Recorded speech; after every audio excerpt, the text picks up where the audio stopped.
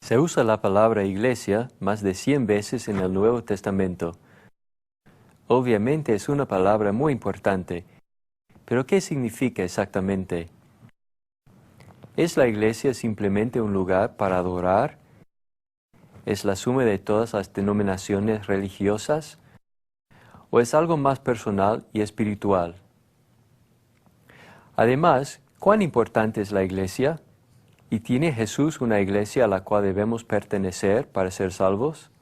Escuchemos a John Moore mientras nos guía en nuestro estudio en busca de la verdad acerca de la iglesia. ¿Es esto lo que piensa cuando se habla de una iglesia? Esto es lo que la mayoría de personas piensa. Incluso el diccionario define la palabra iglesia como un edificio apartado o consagrado para la adoración pública. ¿Pero es la iglesia simplemente una edificación hecha de madera o piedra, o es algo más? Absolutamente. La iglesia, es decir, la iglesia que Jesús estableció, existió antes que este edificio de adoración o cualquier edificio de adoración, denominación, organización o edificación cristiana. Entonces, ¿qué es la iglesia y cuál debe ser nuestra actitud para con la iglesia?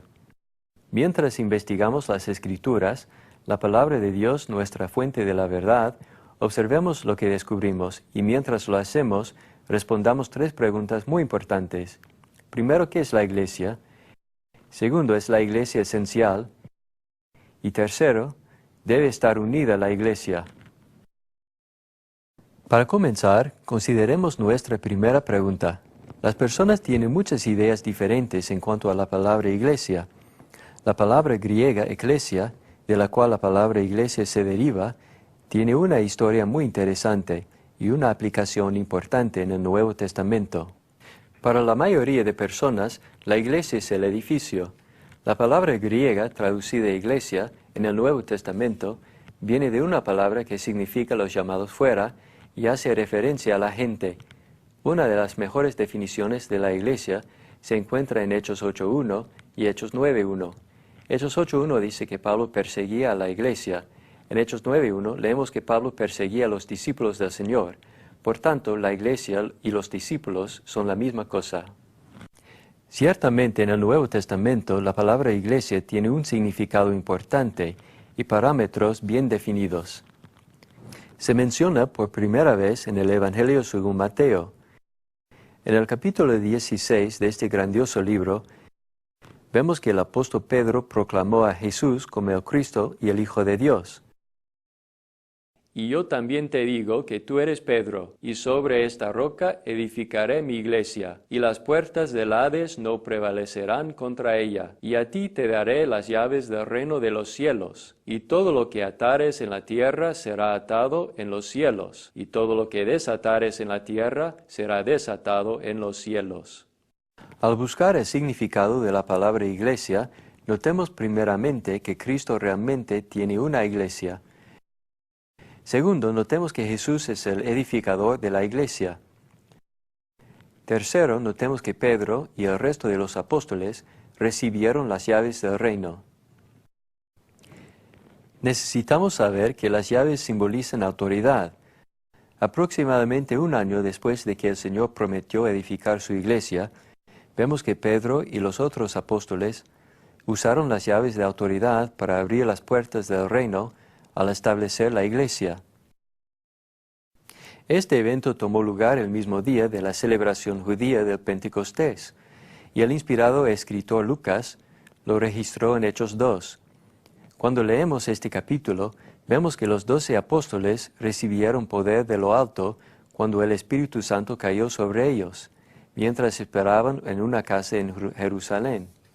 Aunque no habían aprendido los dialectos e idiomas que Hechos 2, 9 a 11 menciona, los apóstoles pudieron predicar el Evangelio de Cristo en varias lenguas humanas a aquellos individuos representados por una variedad de grupos étnicos y nacionales. Este mensaje del Evangelio consistió de una referencia a las profecías del Antiguo Testamento concerniente al Espíritu Santo, un resumen de las credenciales del Señor, un mensaje acerca del significado de la muerte, sepultura y resurrección de Cristo, y la revelación de la exaltación de Jesús al trono de David. Al oír este sermón, las almas sinceras y con conciencias remordidas que necesitaban salvación, clamaron con fe preguntando: «Varones hermanos, ¿qué haremos?». Aquí está lo que Pedro les dijo que hicieran para obtener la remisión o perdón de los pecados. «Arrepentíos y bautícese cada uno de vosotros en el nombre de Jesucristo para perdón de los pecados, y recibiréis el don del Espíritu Santo, porque para vosotros es la promesa, y para vuestros hijos, y para todos los que están lejos, para cuantos el Señor nuestro Dios llamare».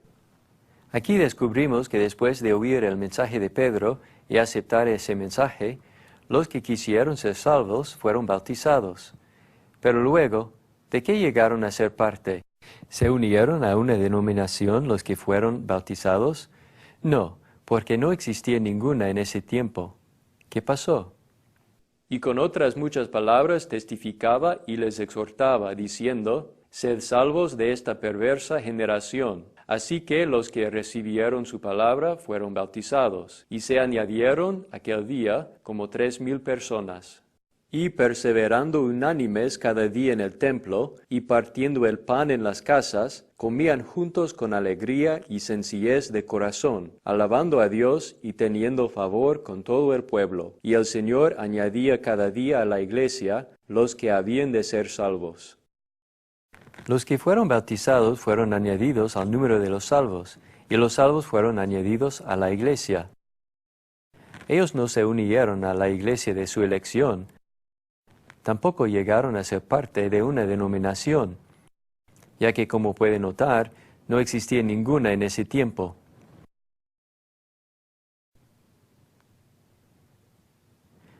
En cambio, cuando los pecadores se bautizaron, llegaron a ser salvos. Al mismo tiempo, Cristo les añadía al grupo de los que Él había salvado. Juntos, todos los salvos constituían la iglesia. En palabras simples, la iglesia es la suma de todos los salvos, y los salvos constituyen lo que conocemos como la iglesia. Por todo el libro de Hechos y el Nuevo Testamento, puede ver que las personas salvas son identificadas exactamente en esa manera, es decir, como la iglesia. Al continuar leyendo a través de toda la Biblia, también descubrimos que la palabra iglesia se usa para hacer referencia a estas personas salvas en 3 maneras. Se usa en el sentido local, como en la iglesia en Jerusalén. Se usa en un sentido universal para hacer referencia a los salvos de todo el mundo, como en Cristo amó a la iglesia. O se usa en un sentido específico, cuando la Biblia habla de los salvos que se reúnen para adorar. En todos estos casos, la palabra iglesia hace referencia a los que han sido salvos. La Escritura identifica a estas personas salvas con varios términos significativos y descriptivos. Estos términos nos ayudan a entender la naturaleza y el trabajo de los salvos, la iglesia. Por ejemplo, se conoce a los salvos como la iglesia, ya que la palabra griega para iglesia revela que son los llamados fuera del mundo, de las tinieblas, para entrar a la luz espiritual de Dios. También se les llama el reino, porque cuando pensamos en un reino, usualmente pensamos en un rey y en ciudadanos reales que son siervos en ese reino. Como personas salvas, los cristianos viven bajo el reinado de Jesús. Están bajo el reinado y dominio del Rey Cristo. Además de conocerles como el reino, también se conoce a los salvos como el templo. En las culturas paganas se piensa usualmente que los templos son los lugares de morada o las casas de los dioses. En la Biblia aprendemos que el único Dios vivo y verdadero mora en la iglesia. Su Espíritu Santo hace su morada en cada cristiano. Pero también se conoce a los salvos como la familia de Dios. En el Nuevo Testamento, la palabra familia a menudo hace referencia a una institución compuesta de un padre, una madre, hermanos y hermanas. De igual manera, se debe pensar de la iglesia como una familia, donde Dios es nuestro Padre Celestial, Cristo es nuestro hermano mayor, y los salvos son nuestros hermanos y hermanas espirituales. No solo se hace referencia a los salvos como la familia de Dios, sino también se les llama el cuerpo, así como el cuerpo humano tiene una sola cabeza, pero varias partes. Cristo Jesús es la cabeza de los salvos, y los cristianos individuales son las diferentes partes del cuerpo. Así como el cuerpo humano funciona adecuadamente cuando todas sus partes trabajan juntas en unidad, los salvos, la Iglesia, son un único cuerpo que revela unidad y singularidad. De hecho, esta última designación, el cuerpo, juntamente con 1 Corintios 12:27, clarifica el punto que el cuerpo son los salvos, la gente que pertenece a Cristo. Escuche lo que Pablo escribió en los siguientes pasajes. Cumplo en mi carne lo que falta las aflicciones de Cristo por su cuerpo, que es la Iglesia. Vosotros, pues, sois el cuerpo de Cristo y miembros cada uno en particular. Sí, mi amigo, el cuerpo y la Iglesia son lo mismo. Y ya que esto es verdadero, Pablo pudo referirse a los cristianos en Corinto como el cuerpo de Cristo. Los cristianos en esa ciudad eran conocidos como la Iglesia. Ellos eran la Iglesia de Cristo en esa comunidad. Por ende, al responder la pregunta ¿qué es la Iglesia?, debemos concluir que la Iglesia no es un edificio, no es un lugar de adoración. En cambio, la Iglesia es un grupo de gente que pertenece a Dios. Para ilustrar adicionalmente la naturaleza y esencia de la Iglesia, vamos a observar lo que el apóstol Pablo escribió a Timoteo. Esto te escribo, aunque tengo la esperanza de ir pronto a verte, para que si tardo sepas cómo debes conducirte en la casa de Dios, que es la iglesia del Dios viviente, columna y baluarte de la verdad. Cuando Pablo hizo referencia en este pasaje a la casa de Dios, ¿estuvo hablando de una casa literal? Desde luego que no. Estuvo hablando de una casa espiritual, una casa construida por Dios, es decir, la iglesia, el pueblo de Dios. La iglesia, la casa de Dios, fue edificada sobre la roca sólida de la deidad del Señor. Después que Pedro hizo su gran confesión que Jesús era el Cristo, Jesús dijo, «Sobre esta roca edificaré mi iglesia». Según Efesios 2:20, Jesús es la piedra del ángulo, y sus santos apóstoles y profetas son la fundación. En 1 Pedro 2:5 aprendemos que los cristianos son las piedras vivas que componen la casa espiritual. También, según 1 Timoteo 3:15, la iglesia es la columna y baluarte de la verdad. Protege la palabra de Dios. Tiene la responsabilidad de ir por todo el mundo y predicar la verdad, las buenas nuevas de Cristo. Jesús también es la puerta de esta casa. Él es la puerta y el medio por el cual debemos entrar para obtener vida eterna. Los peldaños de salvación guían hacia esta puerta y los pecadores deben escalarlos para entrar a la iglesia.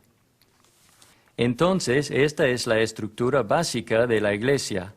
La iglesia es la totalidad de cristianos edificados sobre Jesús, la piedra angular y sobre la fundación de los apóstoles y profetas.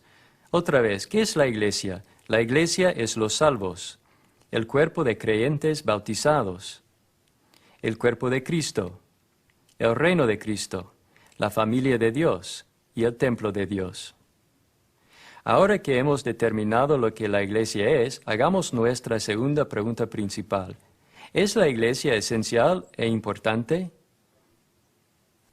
Ocasionalmente puede oír que alguien dice, «Deme a Jesús, pero no a la iglesia», o «Deme al hombre, pero no el plan».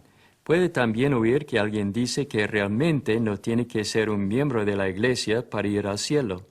¿Pero es esto realmente cierto? En una carta escrita a la iglesia en Éfeso, el apóstol Pablo escribió y enfatizó la naturaleza y el valor esencial de la iglesia en términos de nuestra relación con Dios. Pero ahora en Cristo Jesús, vosotros que en otro tiempo estabais lejos, habéis sido hechos cercanos por la sangre de Cristo, porque Él es nuestra paz, que de ambos pueblos hizo uno, derribando la pared intermedia de separación, aboliendo en su carne las enemistades, la ley de los mandamientos expresados en ordenanzas, para crear en sí mismo de los dos un solo y nuevo hombre, haciendo la paz, y mediante la cruz reconciliar con Dios a ambos en un solo cuerpo, matando en ella las enemistades. De este pasaje aprendemos que una vez existió una división entre los judíos y gentiles, pero también aprendemos que una vez existió una división entre Dios y el hombre. Según los pasajes como Isaías 59, 1 a 2 y Romanos 6, 23, el pecado nos separa de Dios. El pecado nos hace enemigos de Dios. Pero la Biblia también enseña que a causa del amor de Dios, a causa de las buenas nuevas acerca de Jesús y su muerte, sepultura y resurrección, podemos llegar a ser amigos de Dios otra vez. Aprendemos que podemos ser reconciliados con Dios. Porque si siendo enemigos fuimos reconciliados con Dios por la muerte de su Hijo, mucho más, estando reconciliados, seremos salvos por su vida. Y no solo esto, sino que también nos gloriamos en Dios por el Señor nuestro Jesucristo, por quien hemos recibido ahora la reconciliación. El término reconciliar, reconciliación, hace referencia a grupos o fracciones separadas que son reunidas y llegan a ser uno. De Efesios 2:16 aprendemos que se puede quitar la división entre Dios y el hombre que existe a causa del pecado, es decir, ellos pueden ser reconciliados en el cuerpo de Cristo. Anteriormente, en el capítulo 1, el apóstol Pablo hizo referencia a la iglesia como el cuerpo de Cristo, cuando dijo que Dios dio a Jesús por cabeza sobre todas las cosas a la iglesia, la cual es su cuerpo. La iglesia de Cristo y el cuerpo son lo mismo. Por ende, si queremos ser salvos y si queremos ser reconciliados con Dios, debemos estar en el cuerpo, que es lo mismo que decir que debemos estar en la iglesia.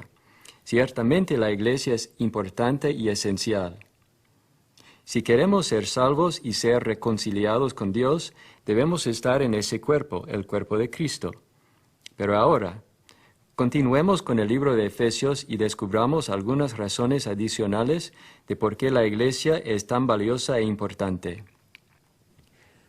A mí, que soy menos que el más pequeño de todos los santos, me fue dada esta gracia de anunciar entre los gentiles el evangelio de las inescrutables riquezas de Cristo, y de aclarar a todos cuál sea la dispensación del misterio escondido desde los siglos en Dios, para que la multiforme sabiduría de Dios sea ahora dada a conocer por medio de la Iglesia a los principados y potestades en los lugares celestiales, conforme al propósito eterno que hizo en Cristo Jesús, nuestro Señor. De este pasaje observamos dos cosas importantes.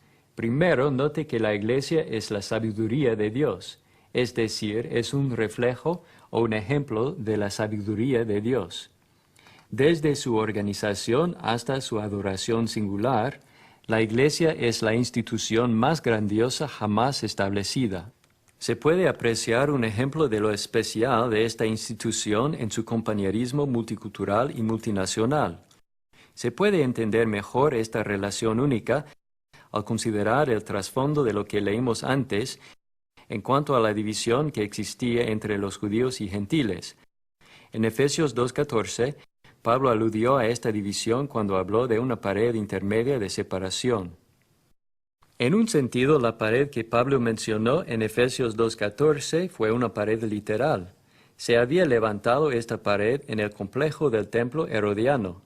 Se la había diseñado para prevenir que los gentiles entraran al santuario del templo y a sus patios internos.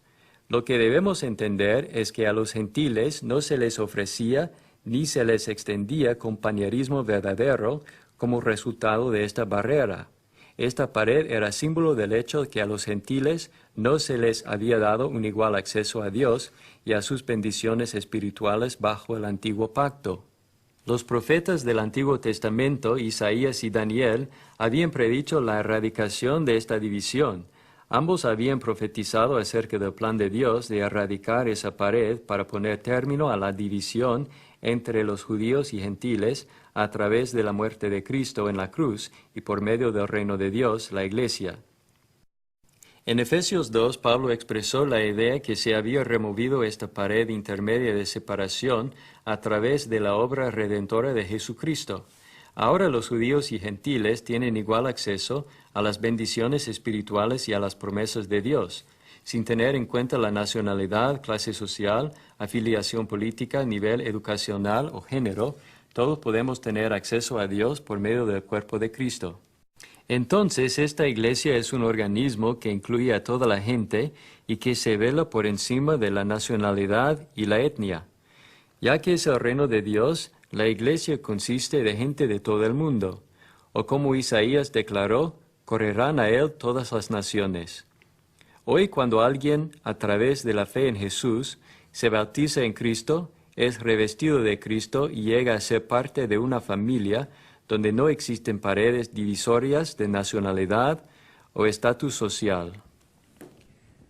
Porque todos los que habéis sido bautizados en Cristo, de Cristo estáis revestidos. Ya no hay judío ni griego, no hay esclavo ni libre, no hay varón ni mujer, porque todos vosotros sois uno en Cristo Jesús. La iglesia es un ejemplo evidente de la manera en que Dios une a la gente. A través del bautismo en Cristo, las personas de todas las naciones llegan a ser uno. Llegan a ser parte de una hermandad que carece de estatus económico o posición política. Como una familia, la iglesia exhibe interés mutuo y se preocupa por todos sus miembros. Según la Biblia, la iglesia es un ambiente donde existe un corazón común y un espíritu de amor. La iglesia es un refugio de felicidad y buena voluntad, especialmente para aquellos cuyas familias les han abandonado o tratado mal. La iglesia está compuesta de muchos hermanos, hermanas, padres y madres que acogen y cuidan de sus hijos espirituales. La iglesia realmente refleja la multiforme sabiduría de Dios. Pero además de eso, notemos por Efesios 3:11 que la iglesia es esencial, ya que ha estado siempre en el propósito eterno de Dios. El establecimiento de la iglesia estuvo de acuerdo al plan eterno de Dios. Estuvo en la mente de Dios antes que el mundo fuera creado. A diferencia de lo que algunos han propuesto erróneamente, la iglesia no es una ocurrencia posterior o una decisión de último momento que el Señor hizo cuando supuestamente no pudo establecer un reino terrenal. Como aprendimos anteriormente, la iglesia y el reino son lo mismo. Este reino fue planeado por Dios, anunciado por los profetas, predicho por Jesús y establecido por Dios. Todo esto se realizó según un plan maestro que se cumplió en el primer siglo y que todavía se realiza hoy. Como la Biblia revela, este reino estuvo en existencia durante el primer siglo. En estos pasajes, leemos que los escritores de la Biblia hablaron como si el reino estuviera en existencia durante su vida. Según el profeta Daniel, el reino debía ser establecido durante el tiempo del Imperio Romano. Y en los días de esos reyes, el Dios del cielo levantará un reino que no será jamás destruido, ni será el reino dejado a otro pueblo. Desmenuzará y consumirá a todos estos reinos, pero él permanecerá para siempre. Por el contexto de este pasaje, aprendemos que la frase «en los días de estos reyes» hace referencia al Imperio Romano. Daniel había profetizado que 4 imperios mundiales sucesivos controlarían la región de Palestina. La Iglesia de Cristo, o el Reino de Dios, fue establecido durante el Cuarto Imperio, el cual la historia registra como el Imperio Romano con sus emperadores o reyes. Investiguemos adicionalmente el libro de Efesios y veamos algo más acerca de la naturaleza y el valor esencia de la Iglesia de Dios. Porque el marido es cabeza de la mujer, así como Cristo es cabeza de la Iglesia, la cual es su cuerpo y Él es su Salvador. Maridos, amad a vuestras mujeres, así como Cristo amó a la Iglesia y se entregó a sí mismo por ella. Este pasaje revela varias verdades hermosas, pero en cuanto a nuestra pregunta acerca de la importancia y valor de la Iglesia, notemos que Jesús ama a la Iglesia y es el Salvador del cuerpo. Amigos, si Cristo es nuestro gran ejemplo y amó a la Iglesia, ¿no deberíamos nosotros también amar a la Iglesia? Absolutamente. La Iglesia de Jesucristo debería ser lo más importante en nuestras vidas. Le pregunto, ¿Ama usted a la iglesia de Jesús como Cristo amó a la iglesia? Ya que Cristo amó tanto a la iglesia como para derramar su sangre y morir por ella, ¿no deberíamos querer ser parte de ella? Sí, ya que en 2 de Timoteo 2:10 dice que la salvación está en Cristo. Ya que el cuerpo de Cristo es lo mismo que la iglesia de Cristo, ¿no deberíamos estar en la iglesia para ser salvos? Absolutamente. Debemos estar en el cuerpo de Cristo para ser salvos. Por ende, mi amigo, podemos ver claramente que la iglesia no solamente es importante y valiosa, sino también absolutamente necesaria y esencial. Pero ahora notemos un punto final en la carta de Efesios en cuanto a la iglesia. Esto nos ayudará a responder nuestra última pregunta. Un cuerpo y un espíritu, como fuisteis también llamados en una misma esperanza de vuestra vocación, un Señor, una fe, un bautismo. Después de oír a Pablo, debemos concluir que así como hay solamente un Dios, un espíritu y una fe, también hay solamente un cuerpo. Ya que la iglesia y el cuerpo son lo mismo, como Efesios 1, 22 y 23 revela, entonces se debe entender que solamente hay una iglesia. Escuche lo que Jesús dijo acerca de esta única iglesia. Sobre esta roca edificaré mi iglesia, y las puertas del Hades no prevalecerán contra ella. Amigo, ¿dijo Jesús que edificaría iglesias plural o iglesias singular? Correcto. Dijo que edificaría su iglesia singular. Sin embargo, hoy existen muchas iglesias diferentes.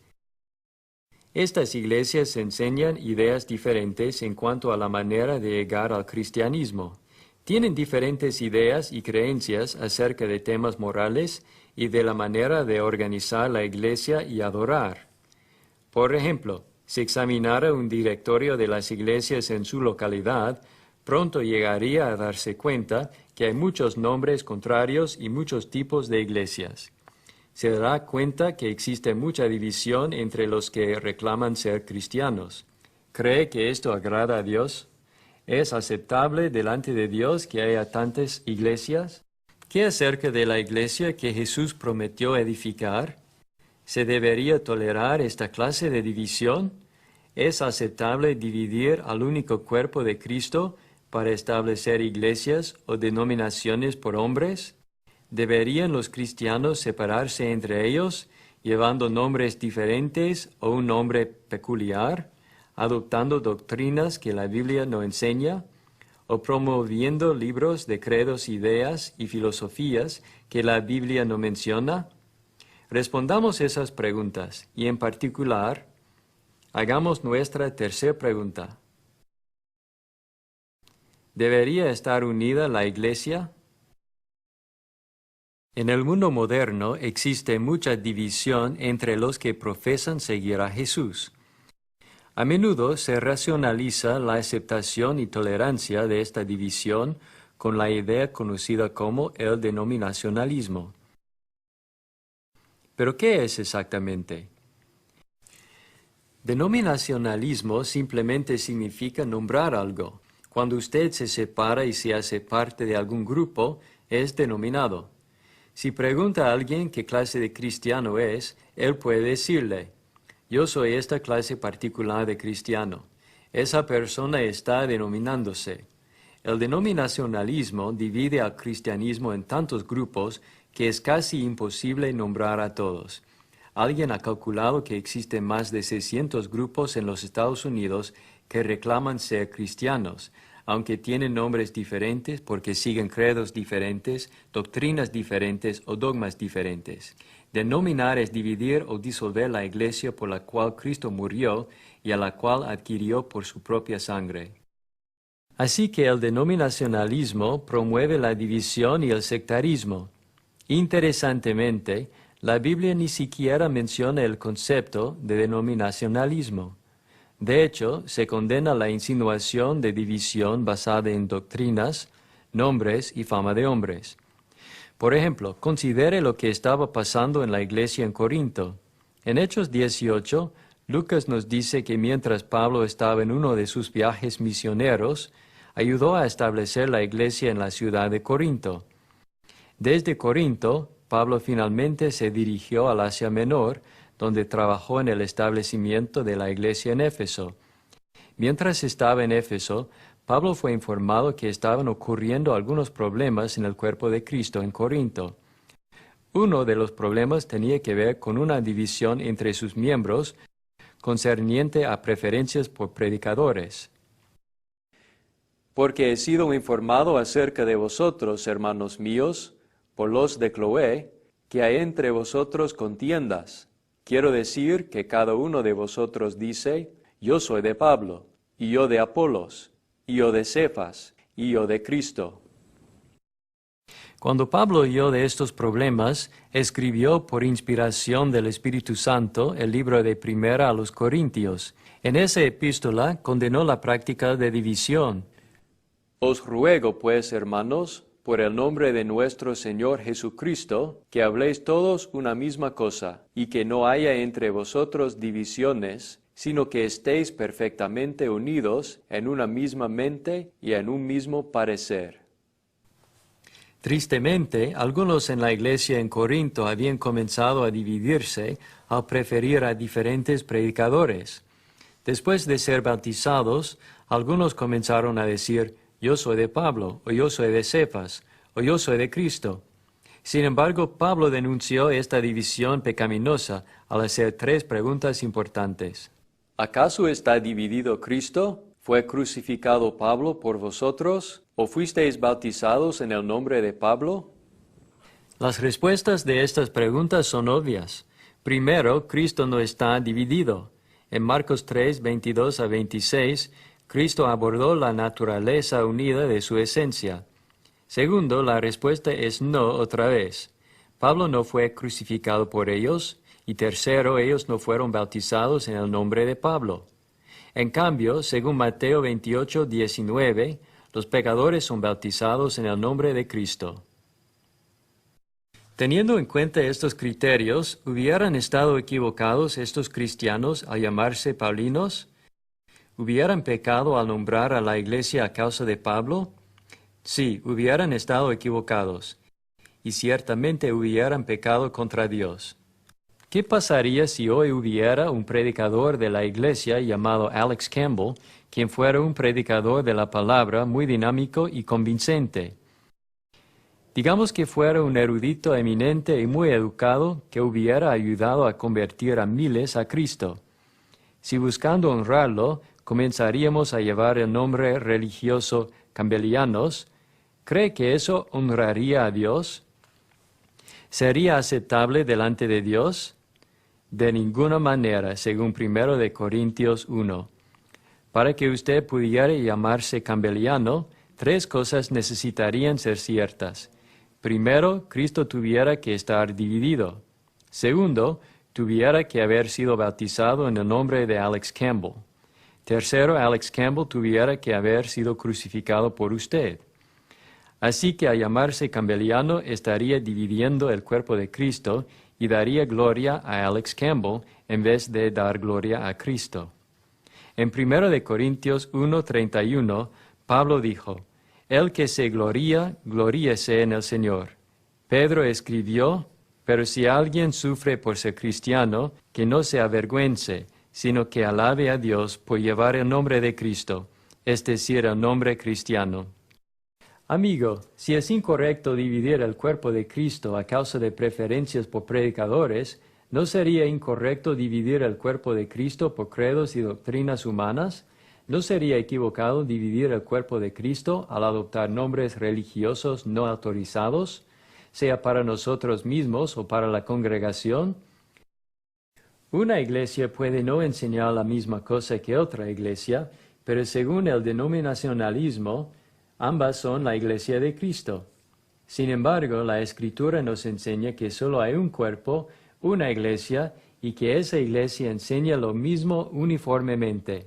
Eso es lo que debemos hacer hoy, hablar de los designios de Dios, y no diferenciarnos o denominarnos en muchos grupos diferentes. Amigo, El Nuevo Testamento enfatiza repetidamente la unidad de la Iglesia. Por ende, no debemos ser culpables de dividir el cuerpo de Cristo. Jesús mismo oró por la unidad de todos los creyentes.